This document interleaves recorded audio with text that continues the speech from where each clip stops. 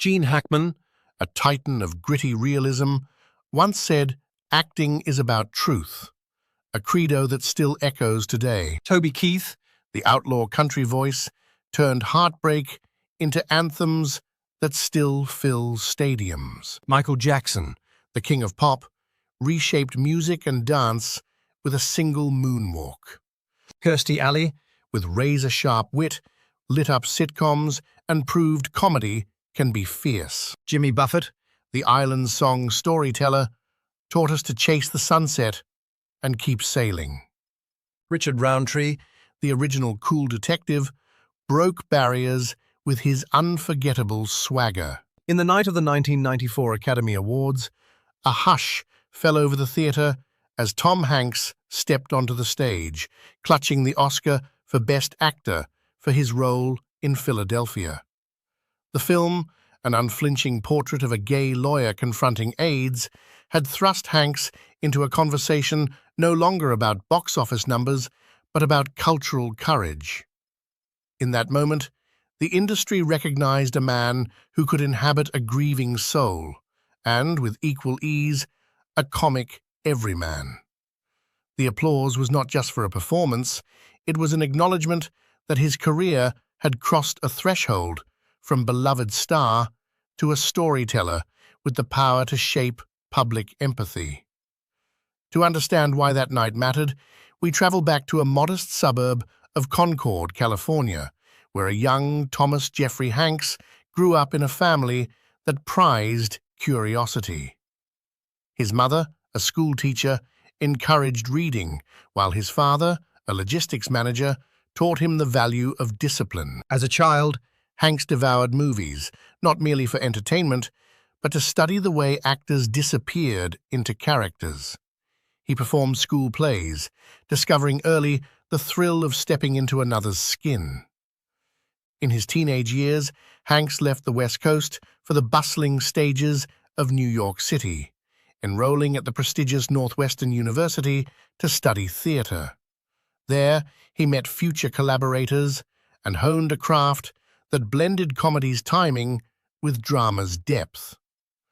A scholarship to the prestigious Juilliard School never materialized, yet the experience of countless off-Broadway productions taught him that an actor's worth is measured not by the size of the venue, but by the honesty of the performance. The first national spotlight arrived in the early 1980s with the television series Bosom Buddies, where Hanks played a struggling actor sharing an apartment with a friend.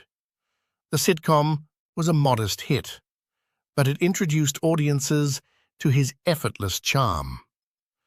Yet, it was a 1985 romantic comedy, Splash, that catapulted Hanks into mainstream fame. Playing a mortal who falls in love with a mermaid, he proved that he could carry a film on his own, balancing slapstick humor with heartfelt romance.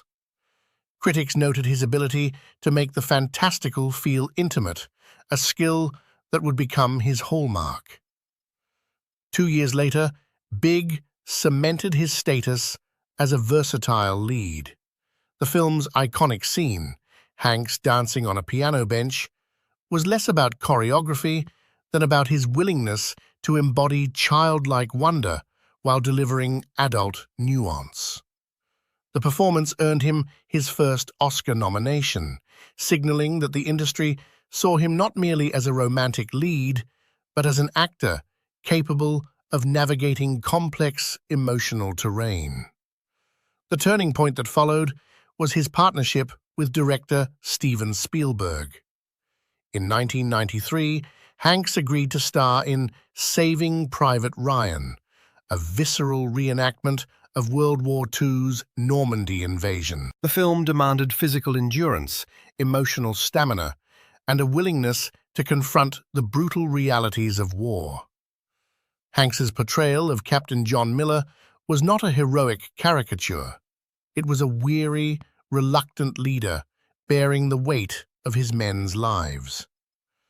The film redefined the war genre, and Hanks emerged as a conduit for collective memory, bridging generations with a performance that resonated with veterans and civilians alike.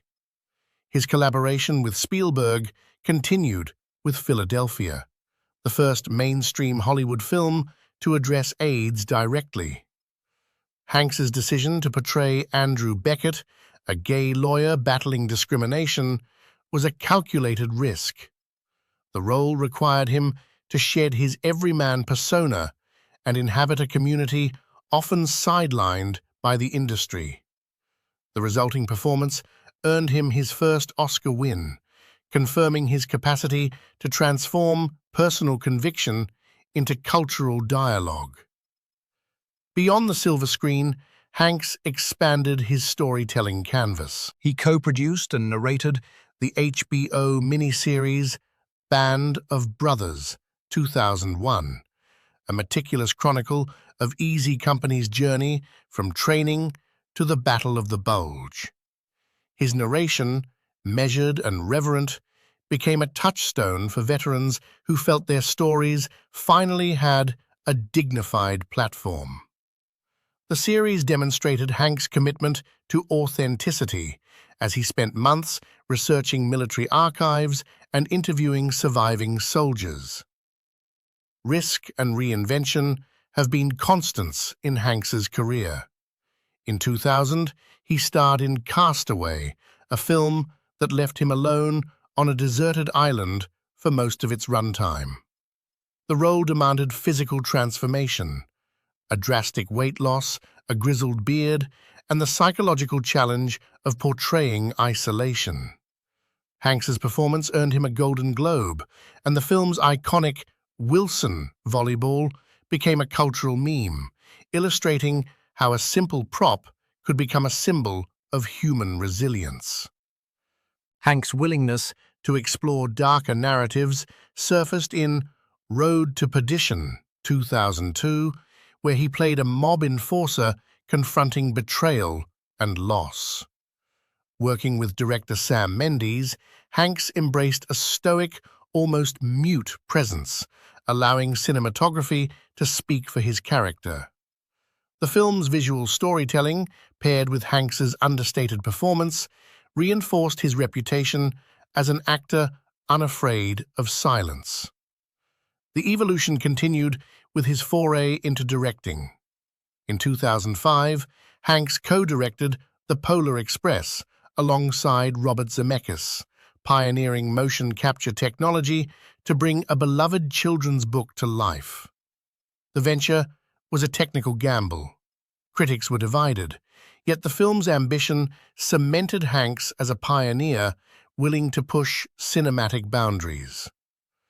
While his filmography grew, Hanks never abandoned his theater roots. He frequently returned to the stage, starring in productions such as The Philadelphia Story, 1997, and Lucky Guy, 2013. These live performances reminded audiences that his craft thrives on immediacy, a quality that informs his screen work.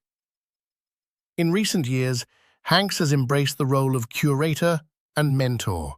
He executive produced the critically acclaimed The Pacific, 2010, an ambitious companion to Band of Brothers that explored the Pacific theater of World War II. He also championed emerging talent through his production company, Playtone, backing projects like The Post, 2017, and A Beautiful Day in the Neighborhood, 2019, which spotlighted journalistic integrity and the power of kindness. Hanks's living legacy extends beyond the screen. He is an outspoken advocate for veterans, regularly visiting military hospitals and supporting organizations such as the USO. His public support for scientific education led him to narrate NASA's Apollo 13 documentary, reinforcing his role as a cultural bridge between the past and the future. Even as he approaches his 60s, Hanks remains active.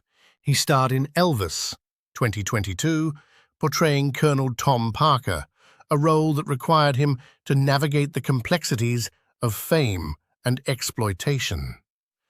He returned to comedy in A Man Called Otto, 2022, embodying a curmudgeonly widower whose heart softens through unexpected friendships.